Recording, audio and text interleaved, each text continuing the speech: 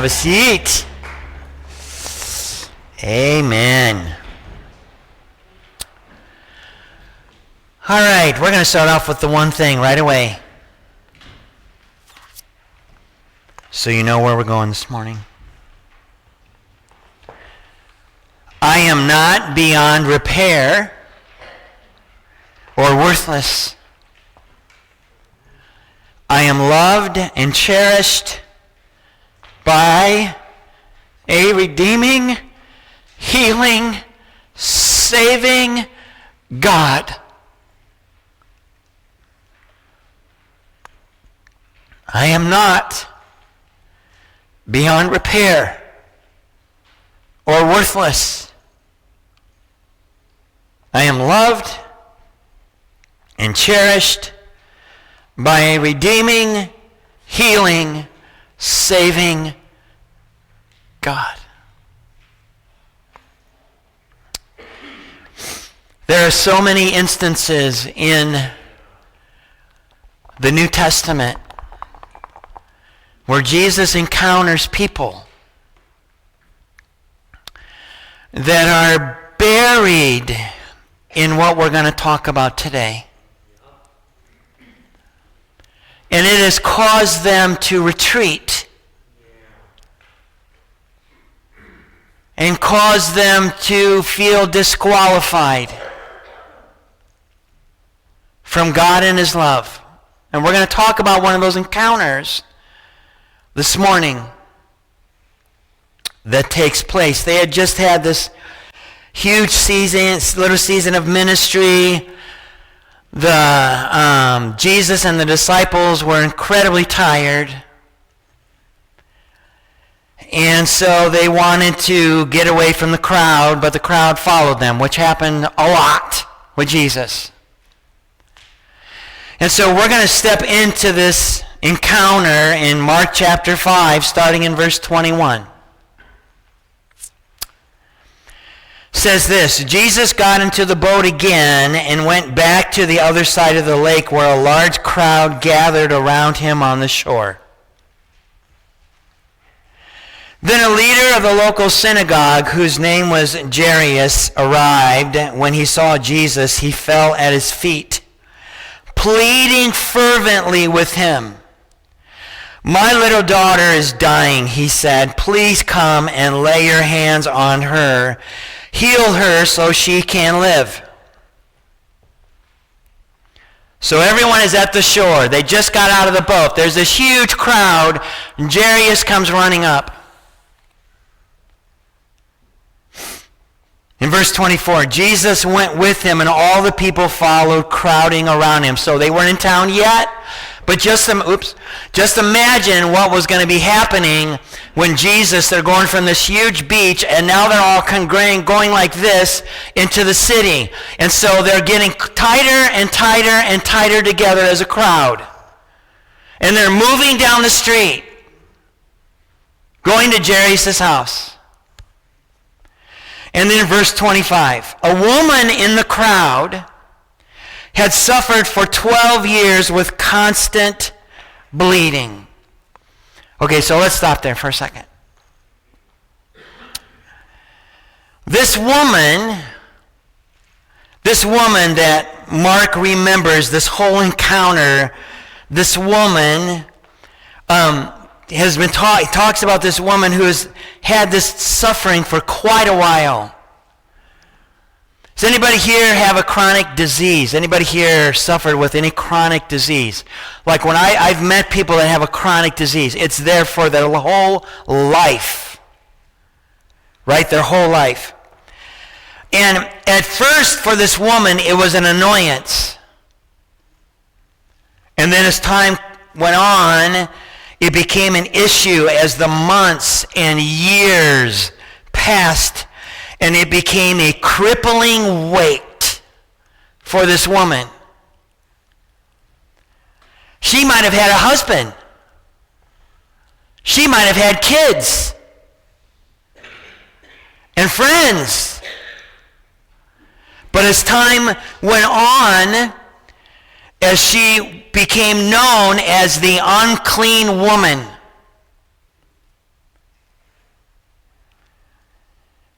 See, back then, Jewish law, when a woman would have her menstrual cycle, she was considered unclean for 7 days. 7 days. Her bleeding didn't stop for 12 years. 12 years. We now know, a lot of scholars believe, she had what was called von Willebrand disease. And one of the things that happens when you have von Willebrand disease is it causes menorrhagia. And which means you're constantly bleeding, and pretty soon you get really anemic and tired all the time. And you can barely function because you're so tired. No one wanted to touch her because she was considered unclean. And as time went on for her, something began to well up inside of her. And at first she shrugged it off as taunts and rejection, but then the rejection increased and the loneliness continued to grow into this poisonous leech that just sucked the life out of her. And the truth of it is that many of us here, we suffer from the same life-sucking leech.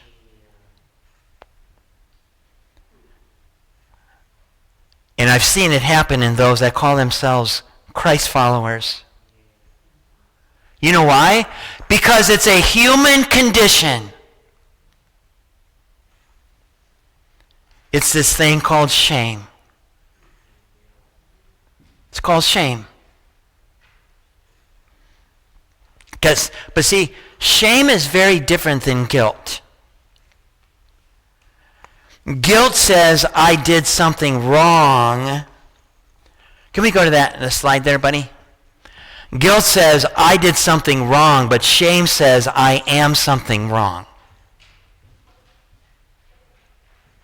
I am something wrong. In fact, that word shame in the Greek, askunone. Okay? The root word is askus, which literally means you feel disfigured and confused. You feel disfigured and confused. And any of us here that have ever struggled with shame, that is exactly how we feel. And for many of us, shame starts very early. Very early. Shame keeps me focused on how bad I feel about myself and less aware and open to others. That's what it does. Okay? Shame immobilizes me because it's based in the false belief that I am hopelessly beyond help. This isn't like, it has been around forever. In fact, in the book of Job, chronologically, the book of Job is the first book that was written in the Bible, Job. Listen to what Job said. Job had an awesome life, an incredible life. And all of a sudden, the devil went to God and said, hey, you know what? I want to do some things to Job. And God's like, well, you can do anything you want, but you can't kill him. So Job lost everything. And I mean everything. And so, listen to what Job says. Job chapter 10, verse 15. Listen to this. If I am guilty, too bad for me, and even if I'm innocent, I can't hold my head high because I am filled with shame and misery. It's been around for a long time. A long time. Shame pushes me to isolate myself because I feel too exposed. Shame hurts so bad that it opens the door to rage. Shame only leads to destructive places. And shame asks the question, do you hate me? I wonder how many of us have found that true in our own life this morning. And so here's this woman. She comes up to Jesus. Verse 26, listen. She had suffered a great deal from many doctors, and over the years she had spent everything she had to pay them, but she had gotten no better. In fact, she had gotten worse. And so now at this point, this woman, she is at the end of her rope. She has no more money. She has no more family. She can't even go to church. Right? She felt trapped, condemned, and hopeless. And she had tried everything until everything was gone. Money, friends, doctors, relatives. And every single time she looked at these bloody rags that were all over her house, every single time when she looked at these rags, she was reminded of her shame. Every time. And I wonder for us today, what is it that triggers you in the shame? What is it? Is it a place you go? Is it a conversation you have? Is it a memory that pops up? What is it that triggers you to go there in shame? Because every single time this woman went to the river to wash out her bloody rags, nobody was going to be there. And as she is rinsing out those rags and she's seeing the blood go down the stream, she's reminded once again, I am not loved. I am not worth it. I cannot be healed. Every single time. That was her. And then verse 27.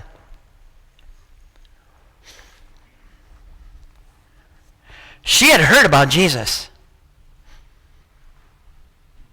She had heard about this holy man that, people were actually being healed.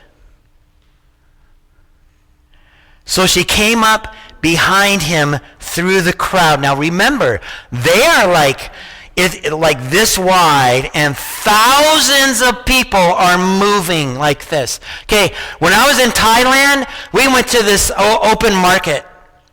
I had never seen so many people in my life in this open market. It was almost a square mile, right? Huge place. And you were like this, walking down, and you saw all these people selling stuff or whatever, but that's what it was like this. That's what it was like. And so this woman, the only thing she could do was to get down on her knees, crawl through the crowd to get to Jesus' robe. Because verse 28, listen to this. For she thought to herself, if I can just touch his robe, I will be healed. If I can just touch his robe. Something took place inside of this woman. She heard about Jesus. She heard that he had healed people. She heard that he treated others who were filled with shame, with love and compassion. She had heard the stories. She heard that he wasn't like everyone else who condemned her, including all the religious leaders who condemned her. He wasn't like that. For the first time in 12 years, she had hope. If anyone could heal me physically and emotionally, it has to be Jesus. So she took a huge chance, and she pushed her way through the crowd, because what you need to understand is, she had been taught from a little girl. She had been taught the belief that there were little tassels that hung on the bottom of robes of holy men that had these powers to heal. Okay? In fact, this whole concept was taken from the book of Malachi. Listen to this verse. Malachi chapter 4, verse 2. But for you who fear my name, the Son of Righteousness, pointing to the Messiah, Jesus, will rise with healings in his wings. Okay, I want you to stop right there for a second. Healing in his wings. So, like when you read this, you're just kind of assuming that this is in reference to him being protective of us under his wings, like a mother hen or a mother eagle, and you would be partially right, but that's not the whole purpose of this. Okay? It isn't what really the Holy Spirit meant in this. Okay? In Jesus' day, every single Hebrew boy wore what was called a prayer shawl. I'm going to show you a picture of that. Okay? A prayer shawl. Okay? This is called a talit. Okay? A talit. And so Jesus, no doubt, had a talit that was accompanying his robe. Okay? And so this woman, she's walking, crawling through this crowd looking for this robe that had this talit on it. Okay, so let's go to the next one up there, William. Okay, so she finds it. She finds it on Jesus' robe. Okay? She finds his robe. And then let's go to the next one. Let's go to the next one up there. Okay, this is the key to this, because when it said in Malachi, healing will be in his wings, when they make the prayer shawl, guess what? They're taking that concept of wing and they're attaching it to the four corners of the prayer shawl. And this is called a tzitzit. T-Z-I-T-Z-I-T.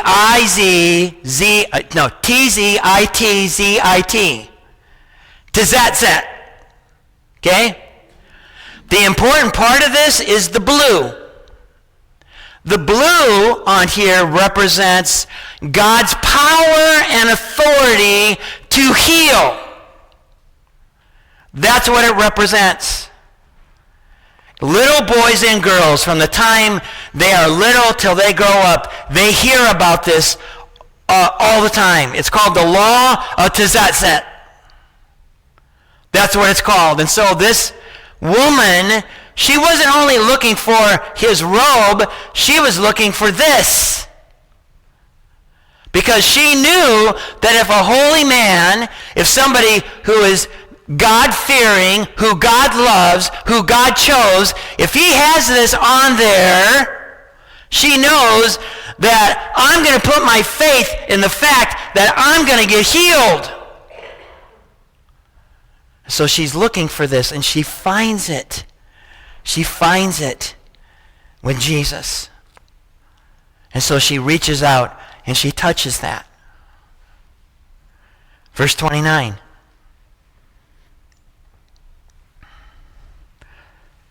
See, her shame was telling her, I can't touch Jesus. But I know that I can touch the tzitzit. I know I can touch that.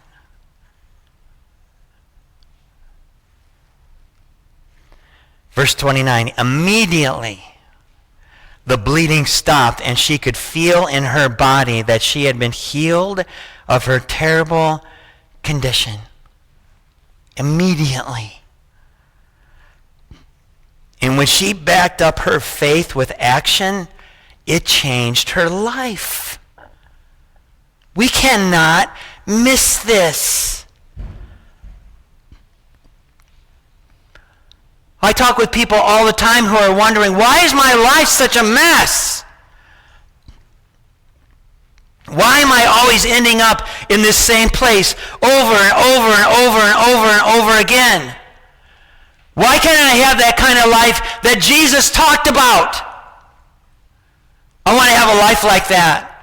And then as we continue to talk, we start to unpack some things, and we start to go, okay, well, you know what? I think part of the problem is that, you know what? Your faith, you're not backing up your faith with your action. You just think it's going to happen to you.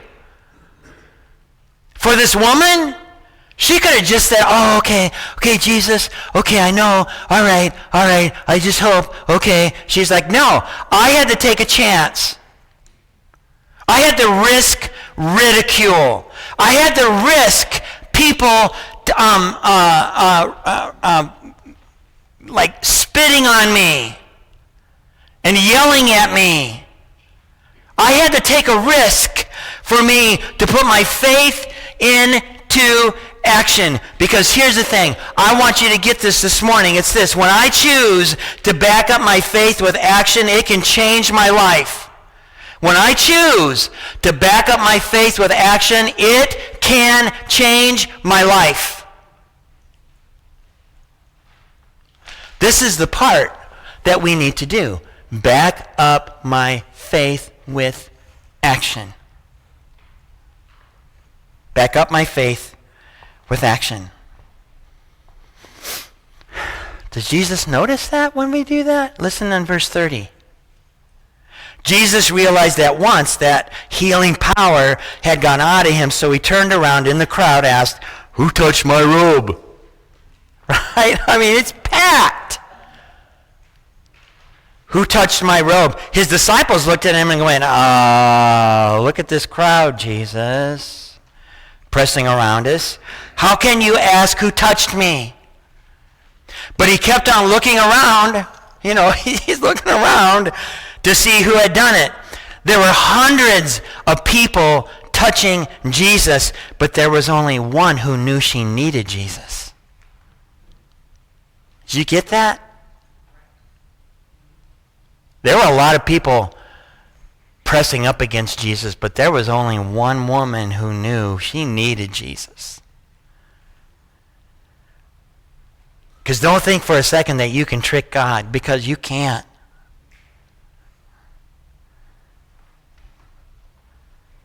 See, when we stop running and reach out to God, he's going to take notice.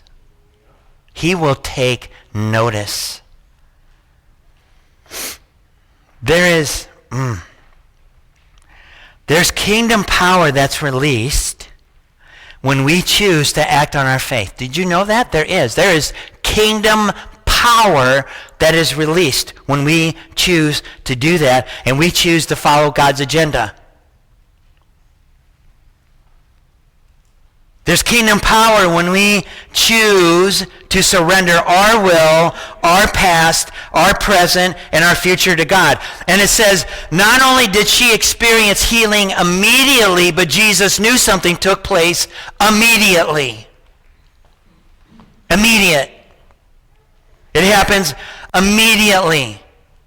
Don't think for a moment that how you live your life does not matter, because it matters. It matters. Then, verse 33. Then the frightened woman, trembling at the realization of what had happened to her, came and fell at his feet and told him what she had done. Remember what she's heard for 12 years. Over and over again. And now she didn't even ask Jesus to do this. She just did it. And at this point, she was healed physically, but she was still held hostage by shame. I need you to get this.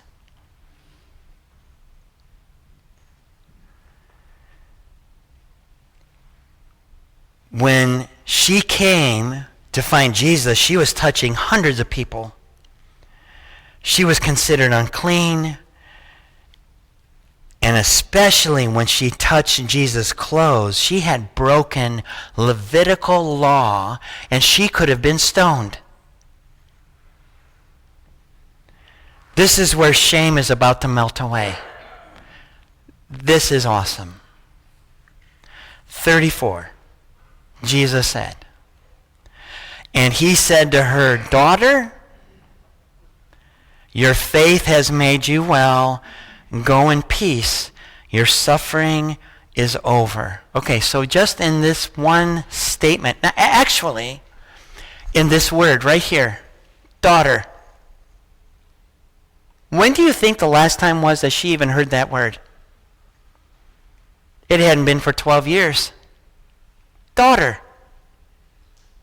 He called her daughter. You need to understand what he's telling her. First of all, he calls her daughter. For 12 years, she was known as the unclean woman. Her family had abandoned her. She was not allowed in church. Not only did she feel disqualified from her own father's love, but from God's love. Jesus, with one word, let her know how he feels about her. And as you're here this morning, that's how God feels about you. This morning, right now.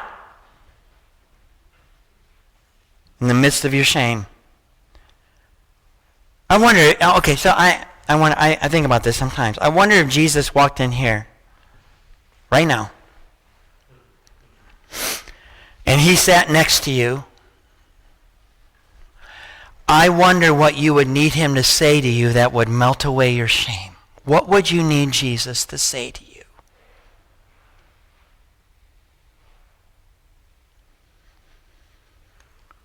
This woman knew what she needed to have said to her. She needed to be called daughter. What would it be for you? Because you need to understand, the moment you put your faith in Jesus, that shame that so often takes hold is wiped clean. Wiped clean.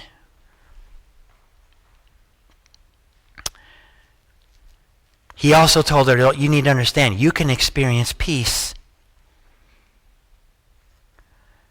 Every day she'd look at those pile of bloody rags. Every single day she'd look at these and was reminded of her shame. And when we live in shame, there is no peace. There's no peace when we live in that. Jesus knew that now, because she's connected with him, she could, for the first time in 12 years, experience peace. The physical torment was gone, but also the shame. When it said that she was healed, right? That word means to be made whole or to start growing again. To start growing again.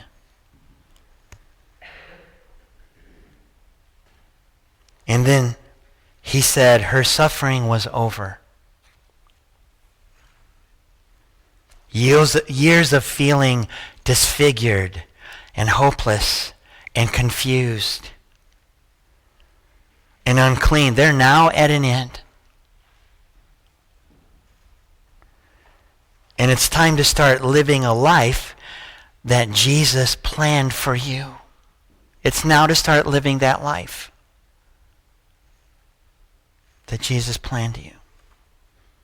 So let me ask you a question this morning. What are the bloody rags in your life that are causing you shame? What are they?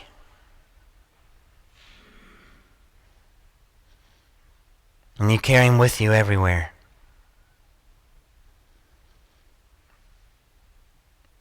Are you willing to let it go?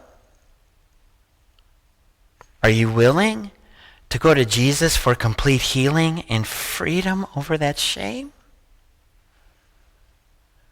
Because I guarantee you, when that woman got home, she grabbed every single piece of this cloth and she wadded it up and she threw it in the garbage.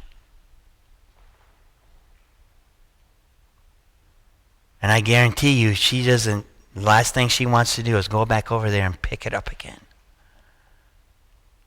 right?